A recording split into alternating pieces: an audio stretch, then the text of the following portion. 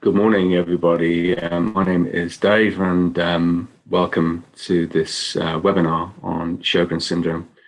I'm hoping that you can hear this.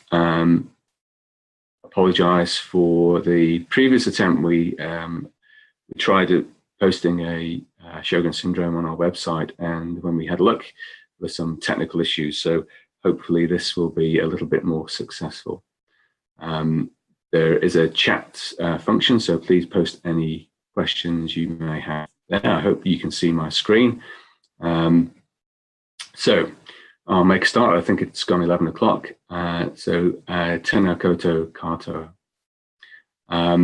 So before I launch into this, I'll just explain a little bit about my background. I work for Arthritis New Zealand, as I say, and my role is I'm the primary care liaison coordinator. So part of my role is to try and engage with providers in primary health primarily, and try and work out how we can work a little bit more collaboratively in helping people with arthritis. But another component of my role is to talk directly to people who are affected by arthritis and all those different forms of arthritis, of which Sjogren syndrome can sometimes be a feature, and to give people some information and advice about how they can manage it. So this webinar hopefully will be one of the ways that people can access the information.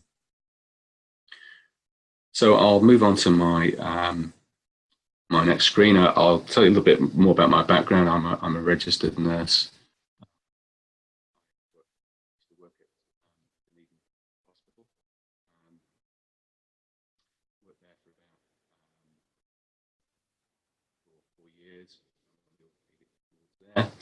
And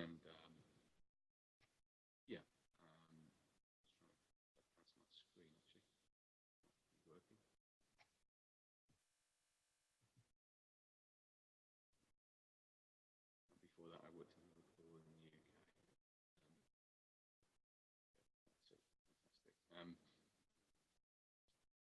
I moved to New Zealand in 2003 with my wife and 2 daughters, and this webinar from Dunedin.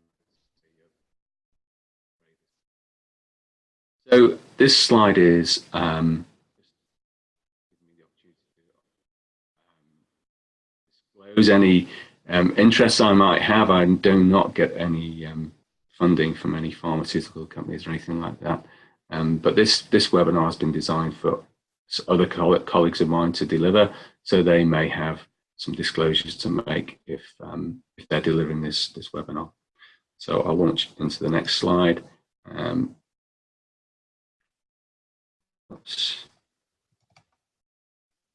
So, okay, Sjogren syndrome, that's what we're going to be talking about this morning.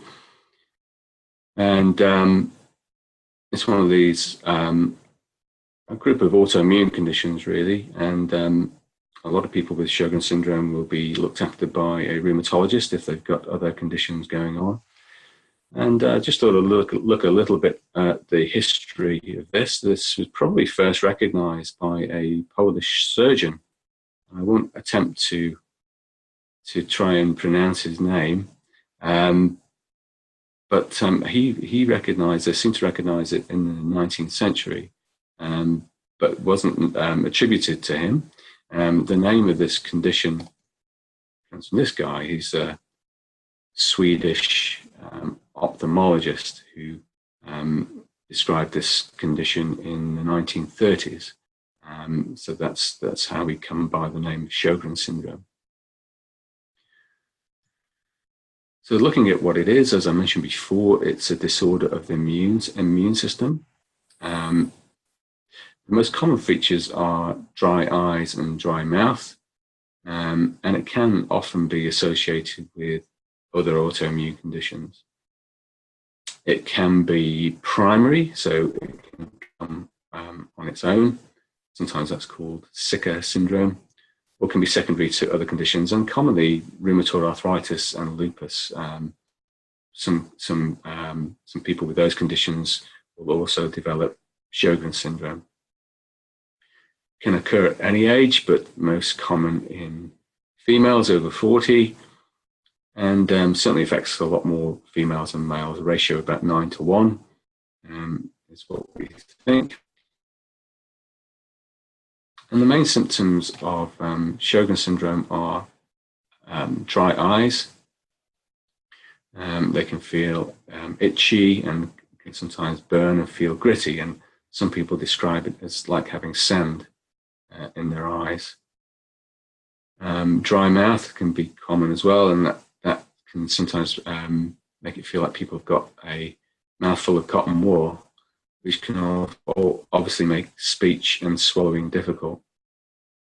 Other symptoms can include joint pain, swelling and stiffness, swollen salivary glands, particularly the set behind the jaw and the front of the ears, and skin rashes or dry skin, vaginal dryness, persistent dry cough and fatigue. So all these can be features of Sjogren syndrome.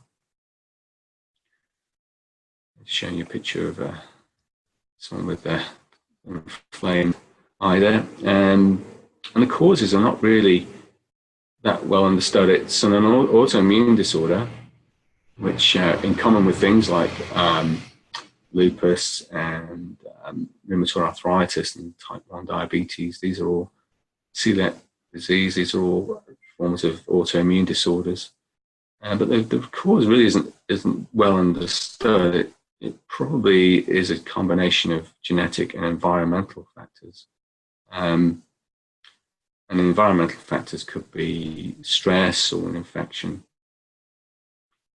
Can affect other parts of the body as well, maybe before the joints, the thyroid gland, kidneys, liver, lungs, and nerves. So it can affect obviously a lot more than the eyes and the salivary glands. And as I mentioned before, the risk factors are people over 40 are more likely to develop Sjogren syndrome.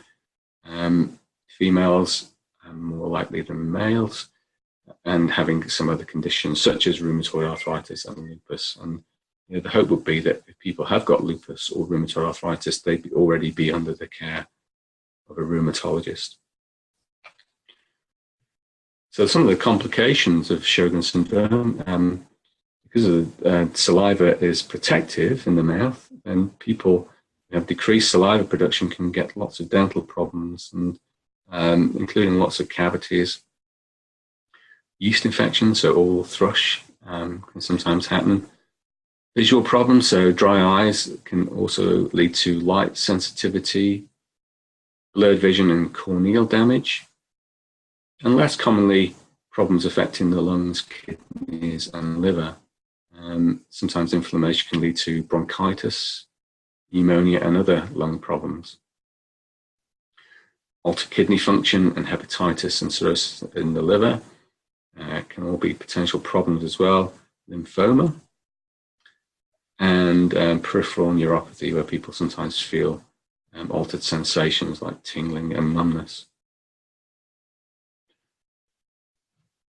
Diagnosis can be difficult sometimes, as the symptoms can differ widely between individuals and can also be caused by other conditions. And also maybe the symptoms may be a result of side effects from some medications. And an example I put here is amitriptyline, which many people are prescribed for depression or chronic painful conditions. And one of the side effects of amitriptyline is it can dry secretions up. So that can also make the diagnosis of this quite difficult. So you would hope that some investigations would be ordered if Sjogren's was suspected, and that would include some blood tests and tests for liver and kidney function. Some of the blood tests that are sometimes performed are anti-nuclear antibodies, ANA. They're usually positive in Sjogren syndrome. Antibodies specific to Sjogren syndrome, and they're anti-SSA and anti-SSB, are often performed as part of what's called the ENA panel. Rheumatoid factor may be positive, and anti-dsDNA. It's usually a specific test for lupus, but can also be raised in Sjogren syndrome. There are other blood tests that might be done, ESR, erythrocyte sedimentation rate, which detects inflammation generally. CRP, which stands for C-reactive protein, that also detects inflammation. Complete blood count can detect anemia or low white cell count. And comprehensive metabolic panel that evaluates the function of various organs, including the kidneys. Some of those tests, like the ESR and CRP, they're not particularly very specific tests, can be raised in lots of inflammatory processes, but can still be useful. There are some specific tests that are sometimes done on the eyes. There's something called the Schirmer test, Schirmer tear test, which measures tear production, and also slit lamp examination may be performed. Some imaging that might be used, something called a cyelogram. This is an image technique using a dye that can demonstrate the rate of saliva production. And salivary scintigraphy uses a radioactive isotope to examine the function of salivary glands. So all those can be helpful. Sometimes biopsy may be done. This is where a small piece of tissue is removed for examination. Usually that's taken from the saliva glands in the lip. So once people have got a diagnosis, then treatments will depend on which parts of the body are affected. Many people can manage the symptoms with some self-management, just some over-the-counter treatments, and sipping water frequently can be helpful. But often prescription medication is required, and certainly people with Sjogren's need to be having regular dental care, just as to make sure that the mouth is in optimal condition. So some of the prescription medications that are used, cyclosporin or lifitegrast eye drops for dry eyes, pilocarpine or cevilamine can increase saliva and tear production, non-steroidal anti-inflammatory drugs for joint inflammation, antifungal medication for yeast infections, and hydroxychloroquine and methotrexate can be helpful as well. Now, those are drugs that are used commonly in rheumatology services, used quite commonly in treat rheumatoid arthritis, for example. And a rheumatology referral may be needed, particularly, if people have got Sjogren's as a secondary to rheumatoid arthritis and lupus. And as I said before, those people should already be in rheumatology services and be followed up regularly. So there are some things that people can do themselves. Smoking, is obviously not helpful. So if people can avoid that, or if they're currently smoking, be given some help to quit. Alcohol is not helpful either. So smoking alcohol probably should be avoided. Avoid smoky, dry, windy environments, which all help to dry up the secretions even further. Practice good oral hygiene.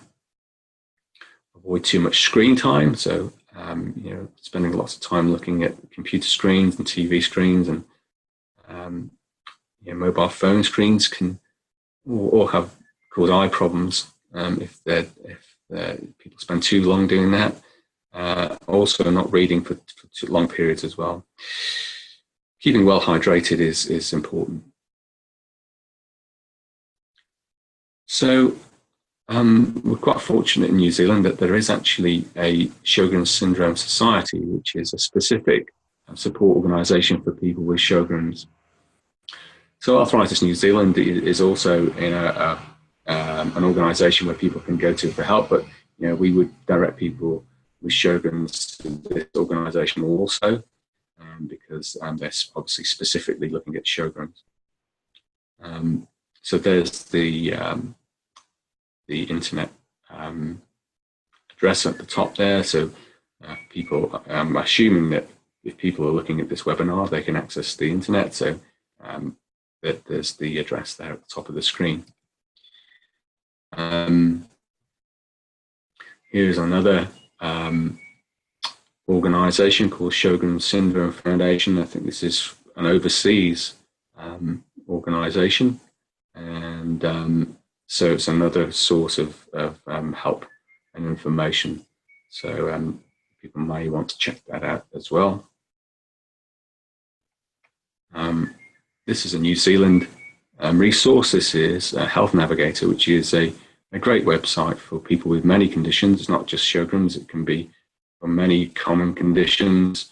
And you may see here there's a Health A to Z, where people can type in, I can look alphabetically on some of the common conditions. People can also pop here, pop in a search and find lots of information, Sjogren syndrome being one of them, but also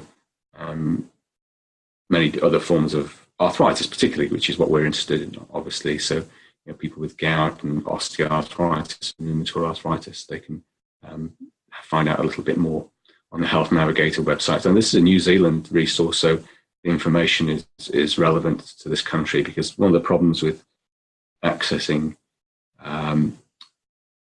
websites from overseas is sometimes they talk about treatments which might not necessarily be available here in New Zealand. Okay, so moving on to the next slide. There are some other things out there as well which I think are quite persuasive. One of the theories around autoimmunity is that it's a problem that can sometimes be associated with gut health. And there seems to be a bit more evidence coming out now that what's going on in your gut and what lives inside your gut has a big influence on autoimmunity. And so this is something that I think people should be encouraged to explore. This is just one of the many resources out there which looks at trying to address the problems with your gut health in order to try and manage autoimmune conditions. And it's all around your gut permeability, this leaky gut syndrome, which can cause issues, and the microbiome, which is what lives inside your gut, which is hugely important. And that all those things will have an influence on people's immune system.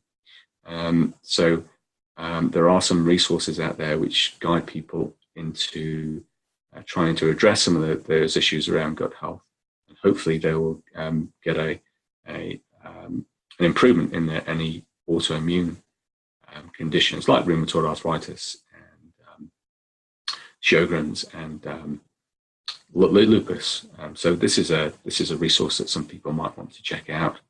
There are lots of things online as well.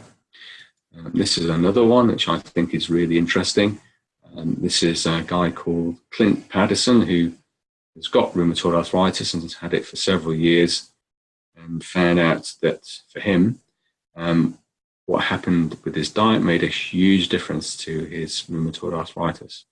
And he sort of stumbled across it accidentally following a bout of food poisoning. But he sort of developed his own way of managing his condition in conjunction with his rheumatologists, who were obviously looking after him as well. But he's found that for him, he's managed to get his condition really well controlled. He's now symptom-free and drug-free. So he's decided to share his journey with other people in this program. And many people have adopted this program and have got fantastic results. And you can go and find lots of podcasts from people who are saying that this sort of program can be really, really helpful to manage autoimmune conditions, not just rheumatoid arthritis, but other conditions as well, like ankylosing spondylitis, lupus, Sjogren's, psoriatic arthritis. Many people are finding that this program and other similar programs can be really helpful. So it's all around trying to improve your gut health, and through that trying to address some of the issues around autoimmune conditions. So I would encourage people to check this out. So looking now at what services can be provided by Arthritis New Zealand specifically, This is a bit of a list of some of the things that we're involved in. We have got a free helpline. There it is at the top there, the 0800 663 463, which is a free call from anywhere in New Zealand, and people can call that number anytime, as often as they like, if they've got any issues around managing all these different sorts of arthritis. And we'd encourage people to use that.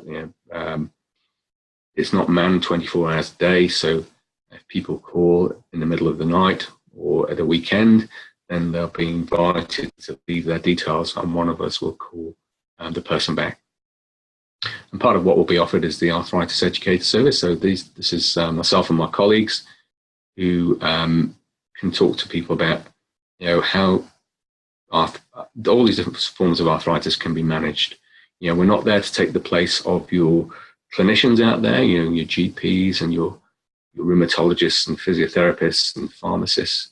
But what we find is that sometimes, particularly with GPs and rheumatologists, there's a limited time in the consultation, and there's only so really can only address the most pressing problems in that time, and many of the other issues which may be helpful probably are not discussed. So we have got the time to talk to people in a little bit more detail and sort of drill into what some of those issues that people are having and try and give them some advice around that.